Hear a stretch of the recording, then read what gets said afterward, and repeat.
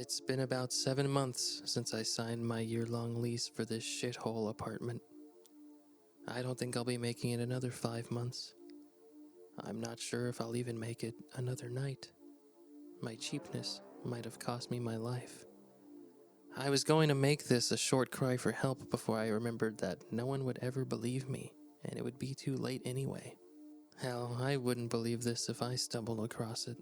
I'll just take my time here and pour my heart out. 7 months ago, I made what I now realize was the worst decision of my life. I moved into this dumpy-ass apartment building after finally making the move out of my hometown. I had romanticized the idea of escapism so much. I pictured myself in New York City or something like that, walking down the sidewalk with some overpriced coffee in my hands and a tasteful messenger bag slung around my shoulder. I'd be walking to somewhere idyllic, maybe a get-together with new friends that took an interest in me or something like that. I never made it too far into that daydream. I just wanted to get out of that little rural town.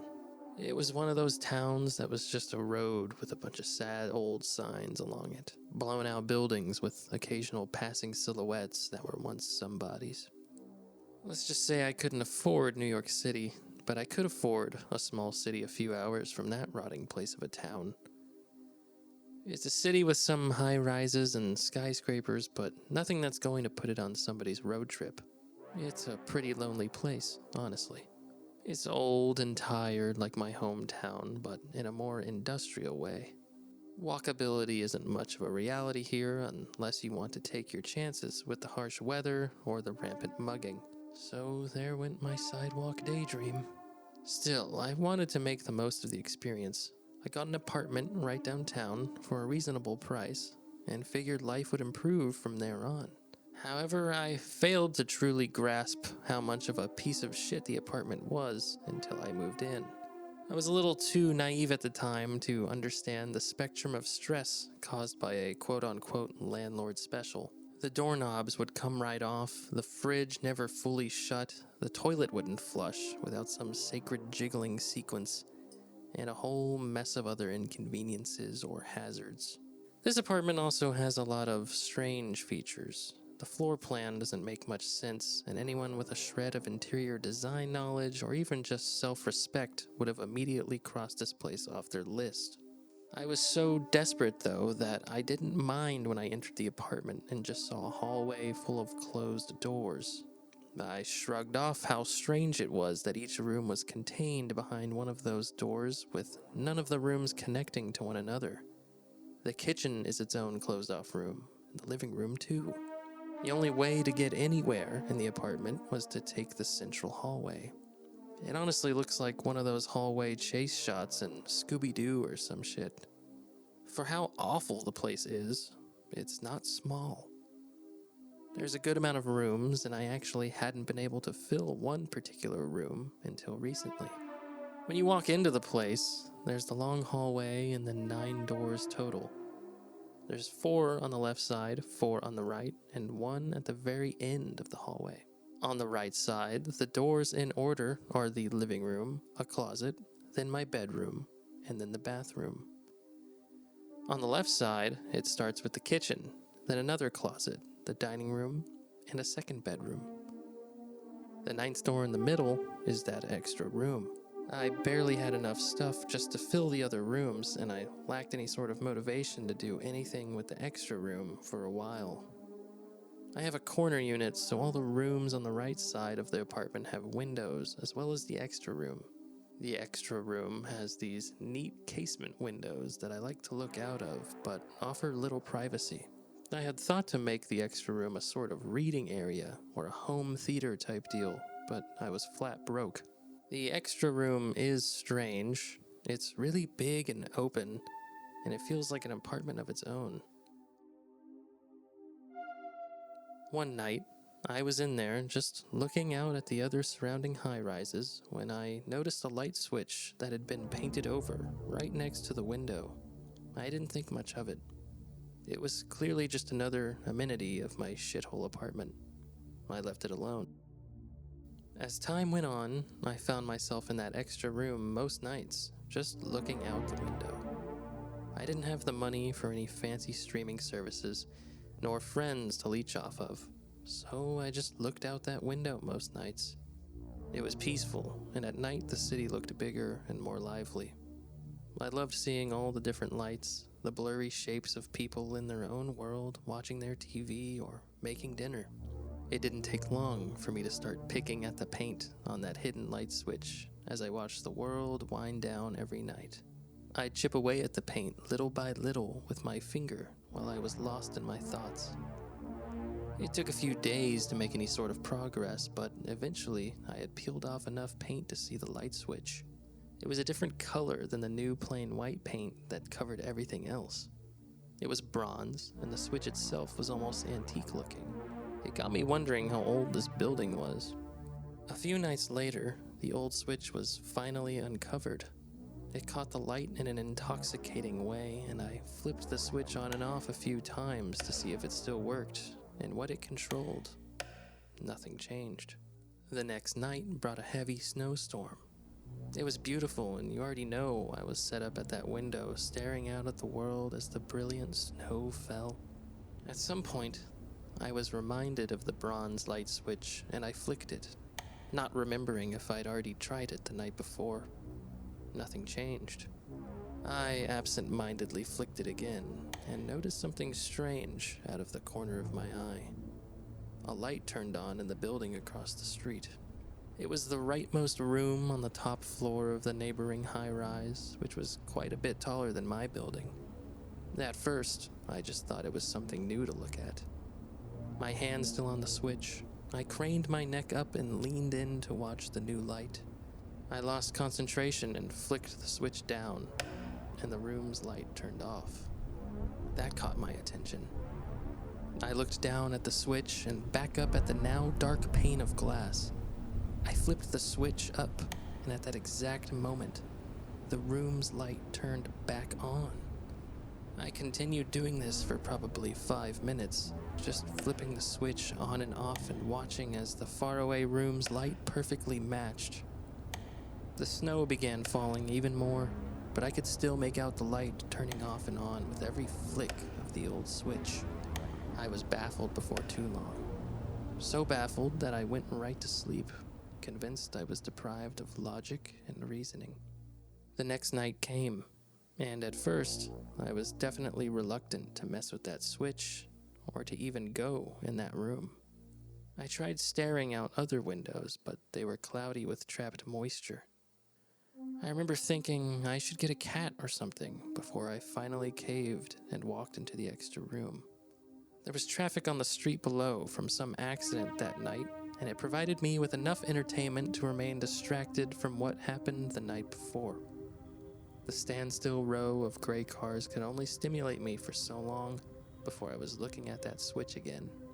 I flipped it. Such a harmless action, and so quick, too. Flipping a light switch. Usually done by second nature. What's the harm in it? Why did flipping that switch feel so important? The same room from the night before lit up. It was a yellow, more vintage-looking tone of light. I tried using some beaten-up binoculars from my childhood, but all I got was a somehow fuzzier view of the room. From my vantage, I could only really see the ceiling of that mysterious place. It's gotta be an apartment, right? It looks too big to be a storage closet. Too small to be anything commercial. I flipped the switch again and the light turned off in perfect succession. Is somebody fucking with me? Flip. The light came back on. How would they even orchestrate that? I sat there for a long time, repeatedly flipping the switch on and off as if the repetition of this would bring more clarity.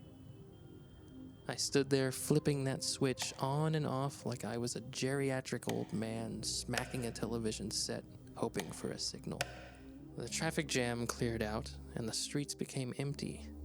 I sat there, still as I could be, periodically flipping the switch on and off. The light synced every single time. Clearly this light switch, for some reason, was wired to that room in the building across the street. As to why, I had no earthly idea. What an expensive project. And for what? What purpose does it serve? I flipped the switch up and the light came back on. What if I found a way into that room? So I waited in the bitter cold, rehearsing my moves. I had counted up from the ground and determined the room which connected to my light switch was on the 31st floor, and again it was the corner unit on the right side of the building when viewing from my apartment. I waited for someone to go in or out of that building. Finally, I saw a woman with a giant coat drag her scrappy little dog towards the door. I was hesitant to actually go inside, but then I gathered some courage, walked right up to that door, and casually slid through as she opened it.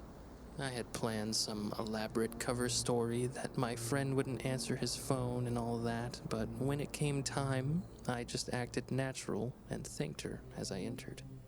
The halls were green and sickly looking, much like my apartment building. The elevator was questionable at best and creaked a little too much as I stepped into it. There were 33 floors, so I was glad I had made note of the correct one. I slowly reached up and hit the circular button for the 31st floor and it flickered on, glowing with a jaundiced yellow. My hands grew clammy as the elevator ascended at a torturously slow pace. I watched the numbers rise. 11, 12, 13. This is a stupid idea, man. This is all in my head. Why am I doing this? 26, 27, 28. Is this even legal? What am I going to do exactly? The elevator finally dinged and bounced to a stop on the 31st floor before I had an actual plan. The doors were reluctant to open, and for a moment, my heart sank thinking I had been trapped in there. Those silver doors creaked and warped as they moved out of the way and exposed me to another green hallway. I stepped out and turned left. I could see all the way down the long, dilapidated hall, the green lights humming and buzzing. My alleged culprit was the final door on the right. It was room 3118. I sat outside the door like a maniac, just looking at it. I wondered what to do. I could barely see through the slits on the sides of the door. All I could make out was that the lights were on in there. Do I knock? I looked around me and made sure the coast was clear. What the hell do I say? Maybe I'm lost? Maybe it's an honest mistake. If anyone lives in there, I'm sure they're very confused about their lights turning on and off. But why wouldn't they take control of their own lights? Maybe they can't use them, but that doesn't make any sense.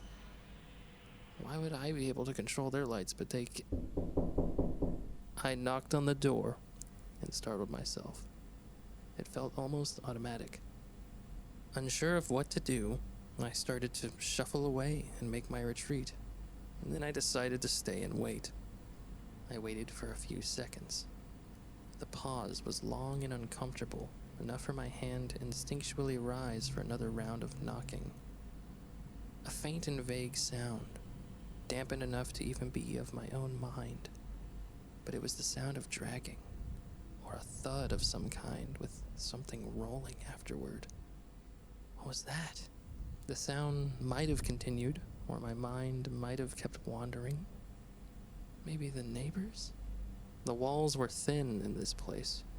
I could begin to hear indiscernible conversation somewhere down the hall. I could hear the hissing chatter of a TV show somewhere else. Underneath all that, though, in room 3118, a rolling sound still. Maybe? What is that noise? I left not long after. I was getting freaked out, and I'm sure I would have freaked out anyone living there. When I got back to my place across the street, I felt very paranoid. I felt like I was being watched. I opened the squeaky door to my apartment, and the long, dark hallway of 9 closed doors now made me nauseous with dread. I wanted to leave that apartment behind and run back into my mom's arms or something. I felt like a child. I walked in, though, and I wish I hadn't. I took a scorching hot shower. It made me feel a little better, but I was still so paranoid. I kept hearing, or thought I was hearing, similar thudding and rolling sounds in one of the other rooms. Old pipes, that's all. It took some more courage to leave the bathroom and enter the cold, dark hall. I didn't know what door to go through next. The kitchen door? Bedroom door? Or the extra door? My stomach was in a knot, but I thought I should probably try and eat something. It was around midnight by that point, and I felt hopeless, knowing there were so many more hours of dark left. I looked down at my half-eaten peanut butter sandwich and knew this knot in my stomach wouldn't go away if I didn't have some kind of closure. I wanted to go into the extra room and turn off that switch for the night. I braved the silent hallway again and opened up the ninth door into that grand room that turned the faintest sound into a booming echo. I walked up to the big window I always looked out of and, with great caution, looked up at room 3118. The light was still on, and there was something up there now. I couldn't tell what it was, but it looked like a big shadow. It wasn't a person, but something boxy looking, something square, or just rigid, really. Furniture? Did someone move something around in there? I didn't know what I was looking at, and I honestly didn't have the mental space to think about it much longer. I flipped off the light. I flipped it back on. I couldn't deny my interest. I was very invested in this whole ordeal now. The rigid thing started moving. At least I thought it looked like it was slowly changing position. It moved very smoothly and very, very slow. It looked like it was rolling or sliding. It rolled from the right side of the window to the left. I flipped the switch here and there to see if it made any sort of difference. It didn't seem to. I watched it roll along for a few minutes from right to left until I jumped at the sight of the neighboring window's light turning on. It was whoever lived in room 3116. I saw a person moving around in there, and it looked like a more elderly man. He looked like he was listening closely to something, as if there were an intruder in his house. I didn't know what to do, but now I felt intrusive watching this man fumble around. I decided to switch the light off in 3118 and try to forget about the whole thing. I wanted to remove myself from this weird nightmare entirely. I decided that the next day I'd try to disconnect the switch and install some curtains. Find a new hobby. That all sounded like something rooted in everyday monotony, and I let the comfort of curtain shopping lull me to sleep. In my sleep that night, I heard the sound of aggressive wind chimes far away. They weren't very melodic wind chimes, sort of just one tone that reverberated. Then I heard an awful banging sound. It was loud and most definitely not a dream. It sounded distant, but it contained a lot of power. It was 3:48 a.m. I tossed and I turned some until my bedroom started flashing red. I got out of bed and tried to see what was happening outside from my bedroom window, but I couldn't see through all the gloom trapped in between the glass. I had no choice but to go into the extra room if I wanted to see outside. There was a large fire truck that was blocking off one side of the road, and police were putting up caution tape on the other. Squad cars were rolling in one after the other. A few ambulances were present too, but it seemed like no one was in a big rush. They were all circled around, their hands waving about in a casual, conversational way. At some point, one of them looked up and pointed, and the others followed along. I followed the trajectory of the gestures all the way to the 31st floor. Room 3116 was now missing its pane of glass. The curtains whipped out into the open world. The lights were still on, and I could make out vague details of the interior. Back on the ground, a few paramedics moved out of the way long enough for me to see what I was already preparing to see. The old man from room 3116 was laying there in a confusing mess of fabric, flesh, and bones, surrounded by a growing puddle of blood. I was shocked. What the hell is going on? What did I do? Am I losing my mind? Did I inadvertently kill that man? The next few days were a blur. My head was heavy with the endless hum of 1,000 different thoughts, all saying similar things. I felt an immense weight of guilt, even though there was nothing tangible that connected me to the old man's plunge. In my head, there was an ever-growing web of continuity. I uncovered the old switch. I flipped it incessantly, and in doing that, I created or resumed something. And that something looked like a giant fucking rectangle that rolled around and made a man jump to his death. Or maybe it pushed him out by force? But why? None of this makes any sense. Maybe it's all just make-believe. I could have misunderstood what I saw. The rolling rectangle thing, maybe it was just an illusion. That old man, maybe it's just a coincidence he chose tonight to leap. I know what I saw. I no longer was going into the extra room for any reason. The thought of that big empty space with that damn switch made me nauseous. I couldn't stand sleeping just a few doors away from it. I wanted to move out and get away. I should have done that. Reality doesn't make room for fiction, though. I couldn't, and I still can't afford to break my lease, not by a long shot. That's 3 rent payments and a bundle of paperwork in this godforsaken building.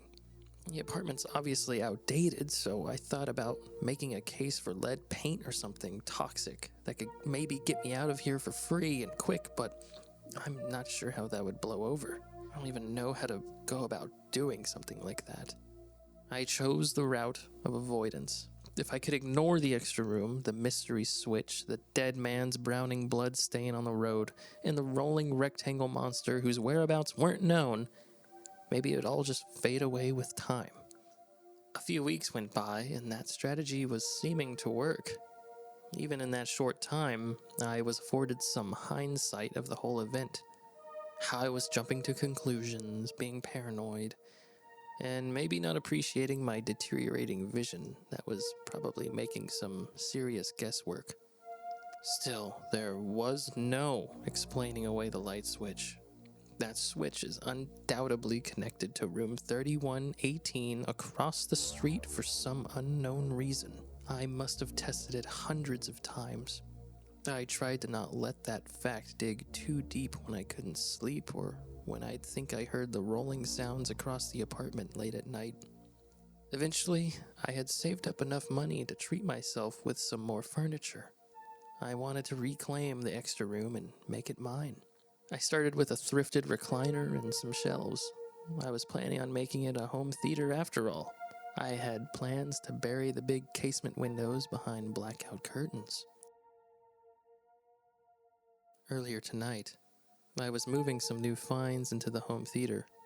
The room's echo was just as booming and awful as when it was empty, and I flinched with every screech and scrape the furniture would make when I moved it. As I heaved the new TV stand around, my eyes subconsciously checked on room 3118, a reflex that must have been built into me after all those cold nights. The lights were off as I had left them the last time I flipped the switch. The lights were on in room 3116. Don't freak out. Maybe someone new moved in. I watched longer than I should have. I don't know why I'm so nosy, always trying to get to the bottom of everything. I watched and waited for any sign of movement in room 3116. I never saw a soul in there. At some point, the big coat lady came out of the building with her dog, and for some stupid reason, I felt compelled to go talk to her. I just need to be sure of something. I walked casually down the sidewalk, waiting to run into her again. I was going to ask her if she had a lighter, and then I was going to ask her if she had any information on room 3116. Eventually, she reappeared around the corner with her feisty little dog, walking on its hind legs, strangling itself with the leash. I was leaned up on the wall next to the door I had snuck in weeks before, waiting to say my line. "Excuse me," I said. "Do you have a light?" She looked up with confusion. "Like a flashlight?" she asked. I flashed my carton of cigarettes. "Oh, no, honey. I've got asthma. Sorry." "No problem," I muttered back. I tried to come up with anything else I could say so I could eventually segue into room 3116. Blanking, I simply stared ahead in disappointment. That's when I noticed the faded bloodstain on the sidewalk from the old man. I clicked my tongue. "It's terrible what happened," I muttered. The big coat lady turned around and saw what I was staring at, understanding immediately. "I know. I'm up on the 13th floor and I heard the sound." She was slowly nodding and now staring at the old puddle of blood herself. "I heard someone talking about how they already moved a new family into that unit he was in. Is that right?" I asked, surprising myself. "Oh, no, I think they're letting it sit like they did with the last one," she said. My brow raised. I tried to not act like an insane person and scare her off. "The last one?" I asked hesitantly. "Yeah, it was just a few months ago, or maybe it was a year now. But the young couple that lived right next door to him jumped out the window too," she said in a flat way. I could have fainted. I felt dizzy and clammy, but I tried to keep my calm demeanor. "That is... wow. I'm pretty new to the building, so I hadn't heard," I stammered. I resigned from my niceties, and my eyes went out of focus as my mind began jumping to its newest conclusion. Somewhere in my peripheral, I noticed the lady nodding and looking down at her scraggly dog. "Well, it sure is hard out here these days," she said, breaking the silence. She shuffled through the heavy apartment door, which slammed behind her, startling me. Torn from my trance, I quickly retreated back to my apartment. Shit! What does this mean? That rolling square thing lives in that room and what? Kills people in it and around it? Do the people kill themselves? Does the thing maybe inject them with something that makes them, I don't know, suicidal?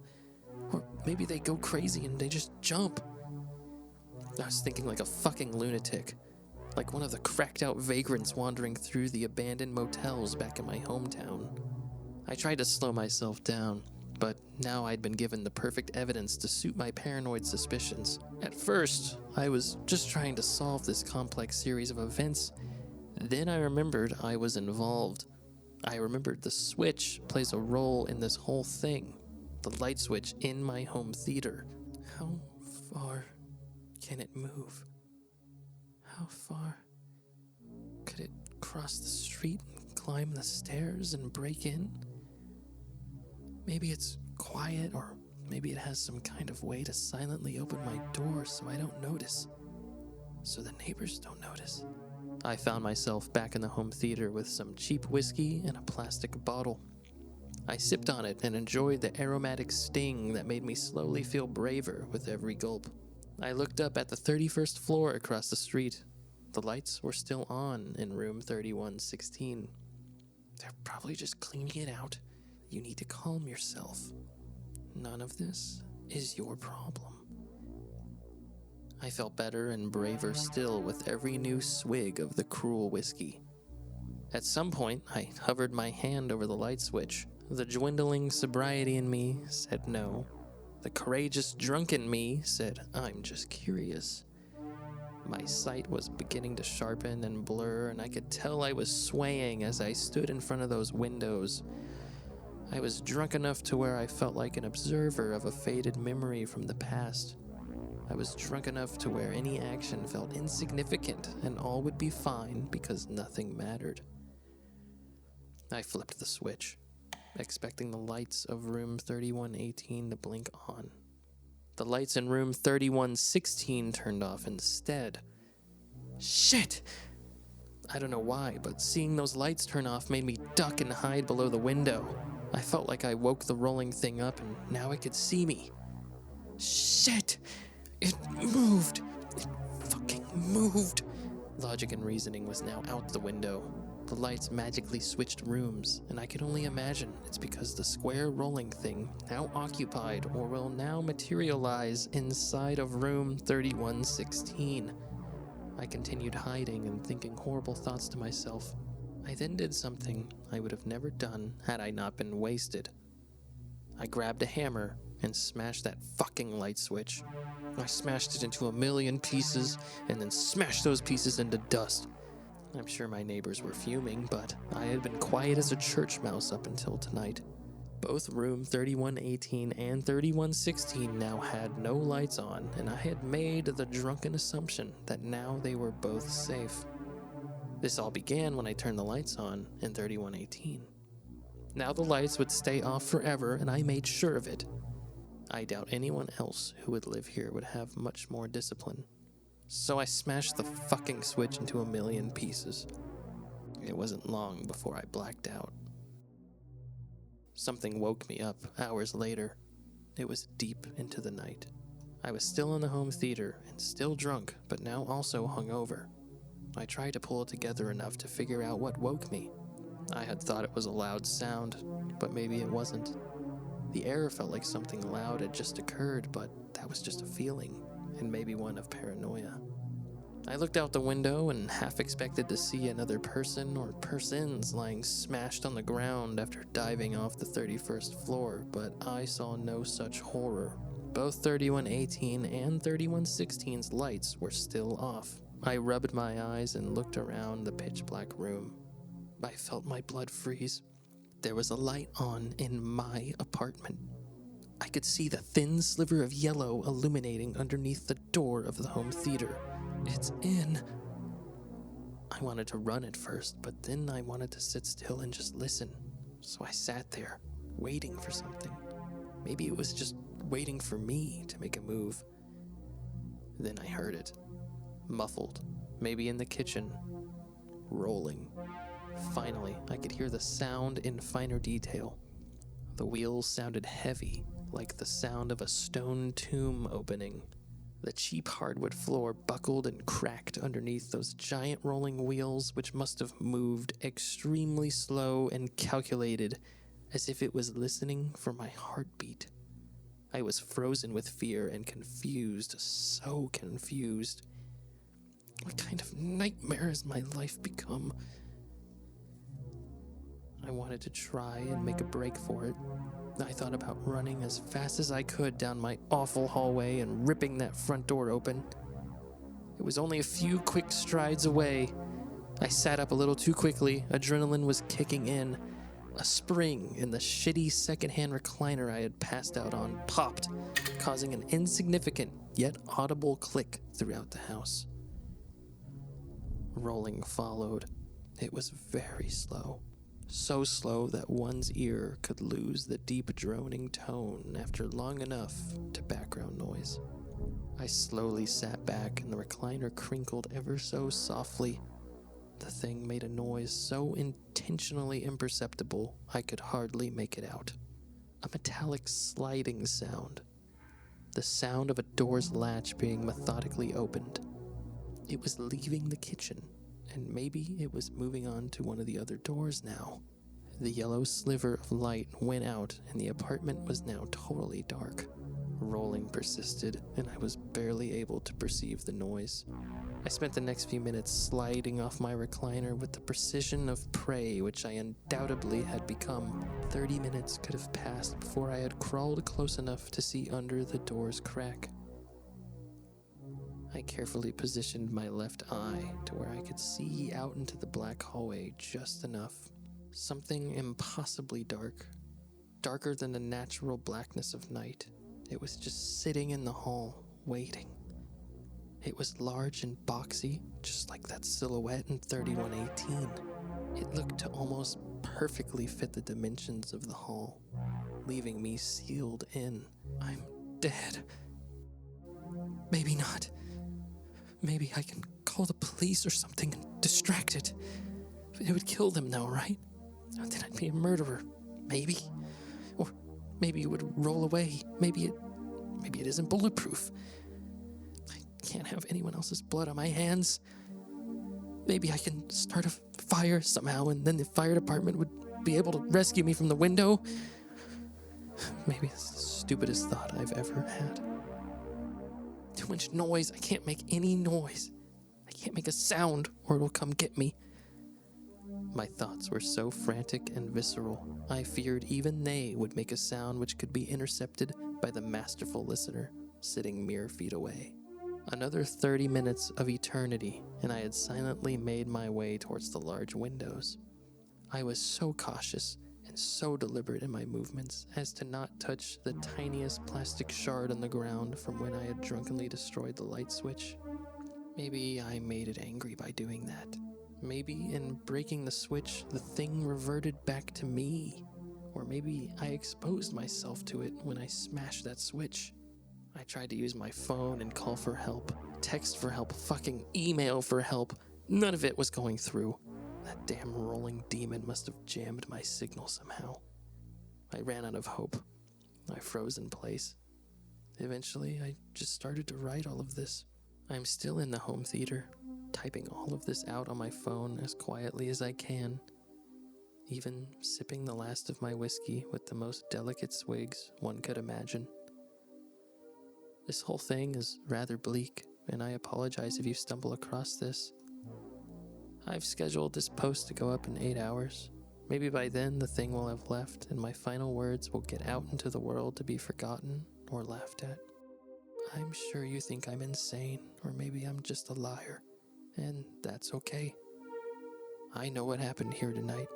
I don't know how or why any of this happened, but I know the rolling thing outside my door is real. I don't know why it's here, what its motivation is, if it's man-made or some impersonation of something we'd engineer, or maybe it's the very muse of humanity's chase for right angles in industrial design. I now understand how those people in room 3118 and 3116 met their fate on the cracked pavement below. I think it wants me to kill myself. Either that, or it's totally content with me killing myself. It's had me trapped in this room for hours now. It could have barged in and flattened me at any point, but it hasn't yet. Funny how this all started in this damn extra room of mine. Funny how these windows are the ideal design and size for me to throw myself from this hellish place. I don't know anymore. At this point, I'm just trying to buy some time and sip more whiskey before the inevitable.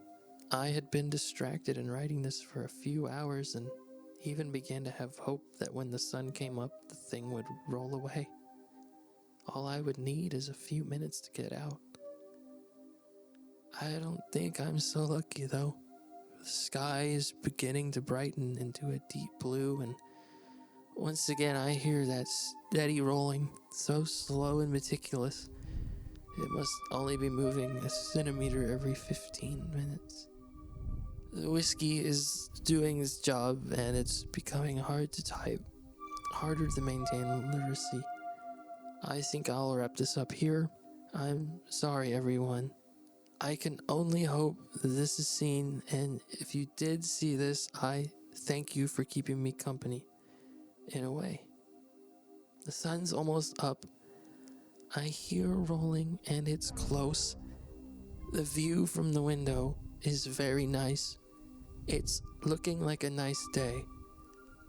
I hope it is a nice day.